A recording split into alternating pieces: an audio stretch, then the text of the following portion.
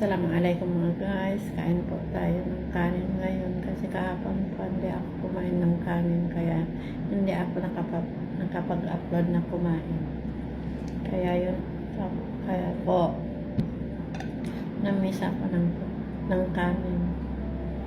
Pero ko na gutom na talaga ako. Samahan niyo ako guys kumain. Ipakita ko sa inyo kung paano kumain ang mga madam. Ganyan yan.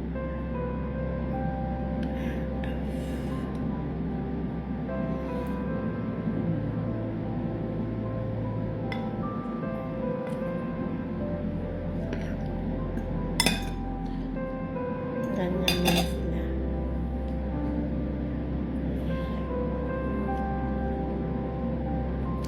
Pero kami mga tsukay, paano kumain? Ganyan.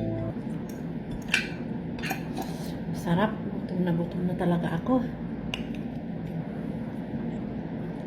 Kahapon pa ako hindi kumain. Ito, ngayon, magawa ng kanin. At tagluto ng sardinas na may, anong tawag po?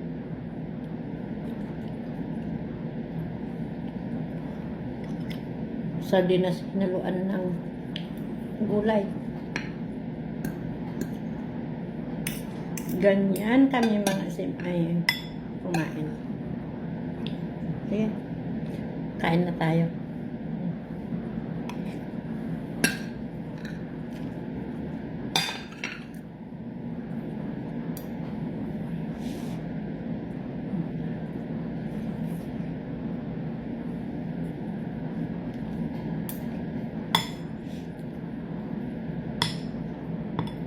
Kahapon pa ako nag-diet guys.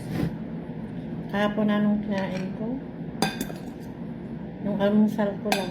Tapos paggabi, isang indomie lang. Kaya nagutom tuloy yung aking mga alaga dyan sa aking mga bituka.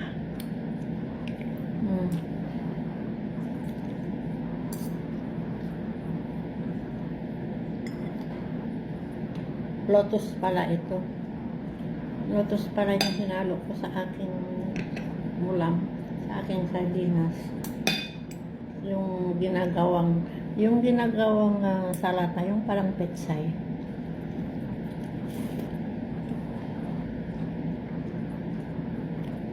Maganda yung ihalo sa sardinas.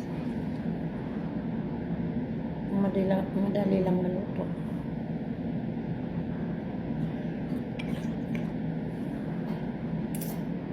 Alam mo guys, may plano naman ang amo ko ngayong araw. Kaalis na naman yan. Punta na naman sa Salala. Bumalik na naman. Kasi tapos na ngayon ang kanyang duty.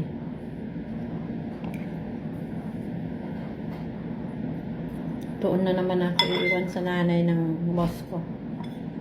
Pati yung nanay ng boss ko nandoon sa Salala. Ang kapiling ko doon ay katulong ng nanay ng boss ko. Si Yuyo. Nakita nyo rin naman yun. Mabait yun. Maliit na babae. Pero maganda. Cute siya. Alam nyo guys, pag pumunta kami ng China Mall, nagtatanong ng mga tao, Japanese ba kayo? O Korea ba kayo? Ganon sinasabi nila. Kasi nakikita ng mga tao yung mata namin na medyo pareho. Char.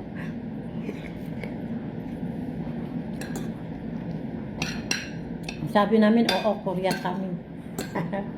Kasi sa tuwing pumunta ako doon, sa kanila, doon ako, ngayon ng aking amo. Pumunta kami ng China Mall. Kumain ng sambusa, tumingin-tingin kung meron pera, bumili. Malapit lang kung minsan, nilalakad namin yun. Hindi talaga ako mapakali pag hindi ako makapunta ng China Mall pag nandoon ako sa bahay ng nanay ng boss ko. Tapos, may mga palengke doon, malapit. Hindi katulad dito, deserto, wala kang makikita, boring.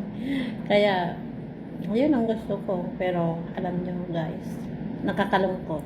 Ilang buwan na lang, matapos na yung duty ng amo ko doon sa Salala, dito na naman siya magtatrabaho. Hindi na siya doon, hindi na ako palagi iwan doon sa nanay ng boss ko. Pero inshallah, meron din kasi nandoon yung mga business nila, nandoon yung resort nila. Pag bumisita sila doon, tiyak doon din ako iwan sa nanay ng boss. Yun lang po. Thank you.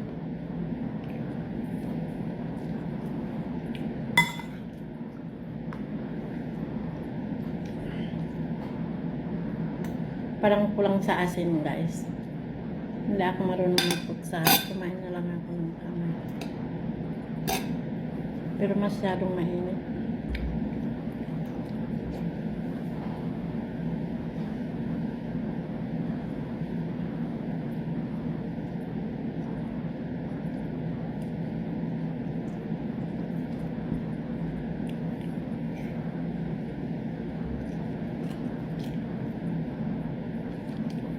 Pagkatapos na ito, guys, magligpit na ako ng aking damit na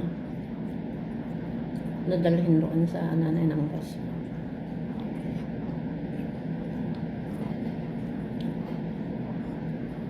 Kasi kahit walang sinasabi ang madam ko, alam ko na. Alam ko na.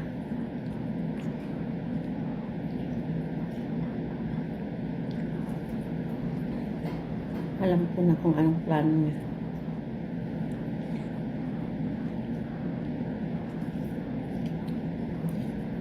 Alam niyo guys, ang init ngayon. May plano pa siya magdilig ako ng halaman. No way. Sana walang tubig. Para hindi ako makapagdilig.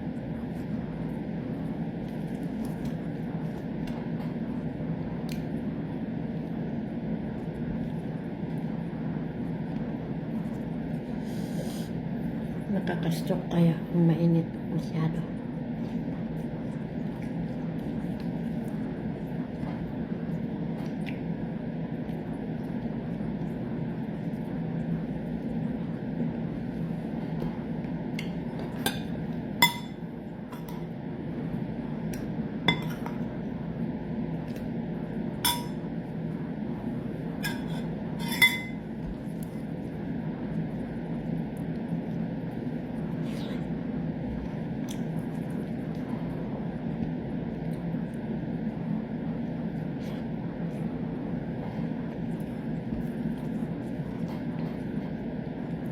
Ang late na pala ng sardinas ngayon. Dati ako nagtitinda ng grocery. Ang laki ng 4 na piraso yung laman ng sardinas.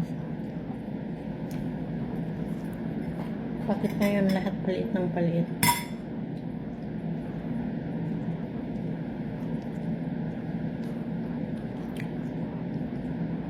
Nung nagtitinda ako, yung sardinas 5 peso pa lang.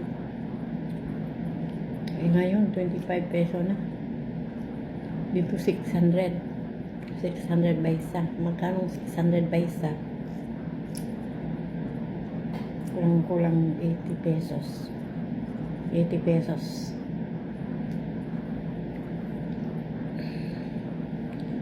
Pero sa atin, di ba 25 lang ngayon?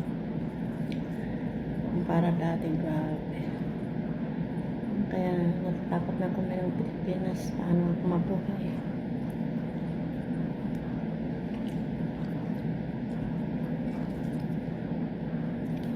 Buti pa dito. May sahod kahit papano. Kahit delay, kahit konti. May pambili ng gamot, ng maintenance. May pambili ng sardinas.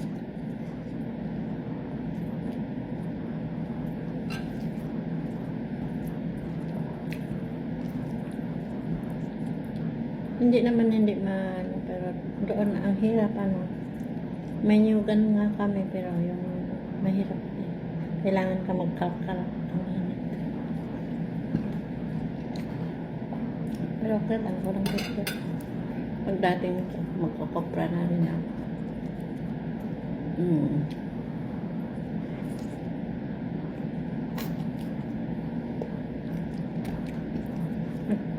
Parang ayaw ko na magtinda. Nakakapagod. Thank you for watching, guys. Don't forget to para